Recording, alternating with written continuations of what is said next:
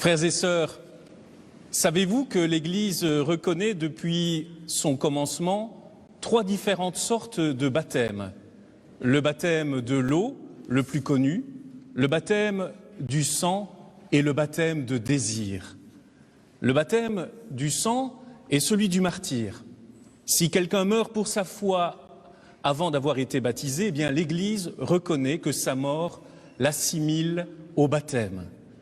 Il en va de même pour celui qui a manifesté le désir d'être baptisé et qui, s'il vient à mourir avant d'avoir reçu le baptême, est lui aussi considéré comme mort baptisé.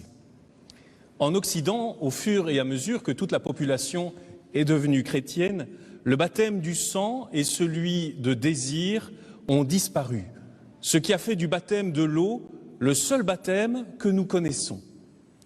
Et pourtant, je pense que le baptême n'a pas vraiment de sens s'il n'est pas pour chacune et chacun de nous à la fois baptême d'eau, baptême de sang et baptême de désir. Or, il faut bien que nous avouons que nous pensons que le baptême est devenu un rite d'entrée dans l'Église, une sorte de formalité administrative, un rite d'inscription. Mais le baptême n'est pas une formalité administrative. Il n'est pas un rite sociologique et pas même un rite religieux. Il est un signe d'eau, d'esprit et de désir qui rend manifeste une nouvelle manière de vivre. C'est une nouvelle manière de vivre qui compte et pas la cérémonie, bien évidemment. Qu'est-ce qu'une vie nouvelle alors? Une vie authentique, sinon une vie animée par le désir de vivre. Certains d'ailleurs vivent en dehors du désir de vivre, à la remorque de la nécessité ou comme si leur vie était une fatalité. Alors grande est la tentation de démissionner, de remettre à plus tard le désir de vivre, de s'enliser dans la morne répétition des tâches quotidiennes, de creuser l'ornière de la routine, de faire de sa vie une longue plainte. Comment sort-on de ce marasme, de cette lassitude de vivre? On peut bien sûr chercher à se convaincre soi-même en pensant que la vie est belle, que si on n'est pas le meilleur, on est quand même un battant, qu'on trouvera bien les forces nécessaires pour que les choses aillent. Bref, c'est la méthode Coué, mais tant que ça marche bien sûr, parce que la méthode Coué est toujours mise en échec.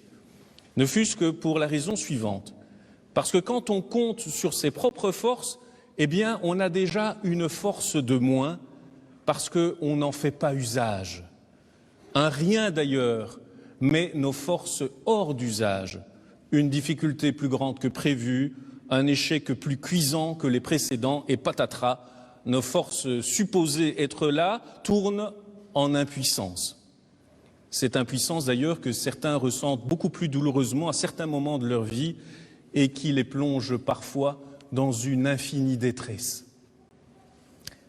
Le Christ, lui, d'où tenait-il sa force et la puissance de faire le bien, comme on l'a entendu dans la seconde lecture, l'épître de Pierre? Eh bien, le Christ ne tenait pas sa force de lui-même, il la tenait d'un autre.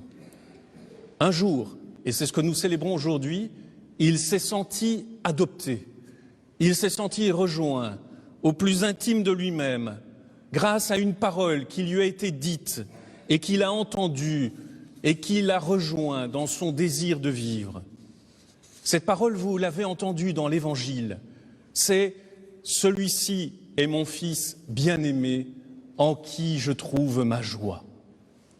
Cette voix qu'il a entendue ce jour-là, et cette voix est évidemment singulière, chacun l'entend pour lui-même, eh bien il a compris en un éclair qu'il était désiré par un Père qui trouve en lui sa joie, comme un enfant qui se réjouit d'être aimé de ses parents uniquement pour ce qu'il est et pas uniquement pour ce qu'il fait.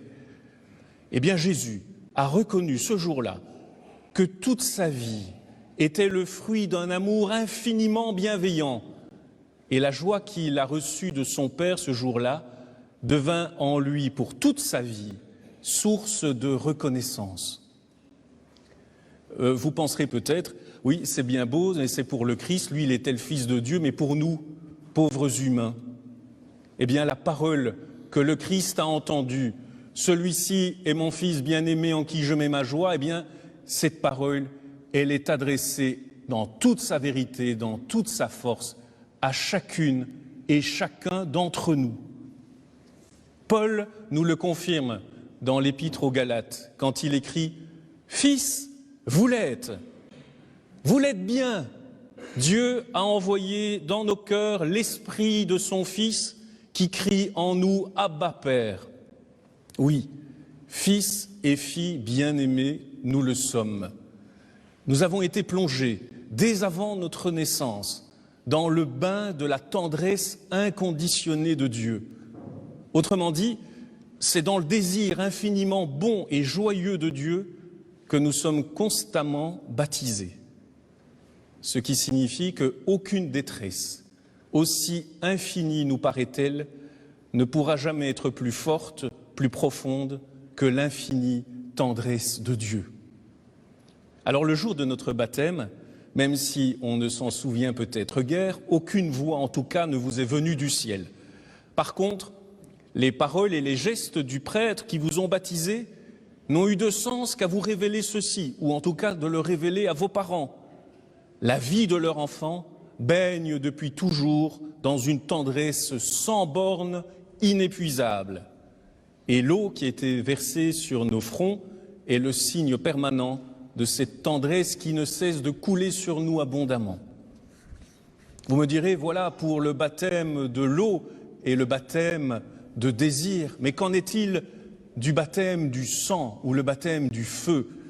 Bien sûr, je ne nous souhaite pas de mourir martyrs, mais il n'est pas nécessaire de mourir violemment pour être dans le baptême du feu, comme on dit. C'est le baptême de l'esprit, sans lequel d'ailleurs le baptême de l'eau resterait lettre morte. Et ce baptême du feu, c'est le cœur brûlant qui l'atteste.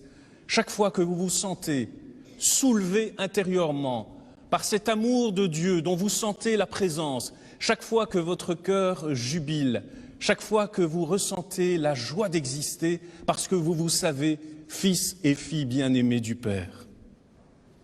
Alors le signe, j'allais dire, quotidien, qui rend à la fois manifeste, mais aussi très concret, le signe du baptême d'eau, d'esprit et de désir que nous avons reçu, eh bien, c'est la foi. Autrement dit, c'est la confiance, faire confiance dans sa vie. Une confiance comme celle dont parle le poète français d'origine belge, Henri Michaud, qui écrit « Une confiance d'enfant, une confiance qui va au-devant, espérante, qui vous soulève, un débordement, une libération, une joie surabondante dont on ne sait si on la reçoit ou si on la donne. Amen.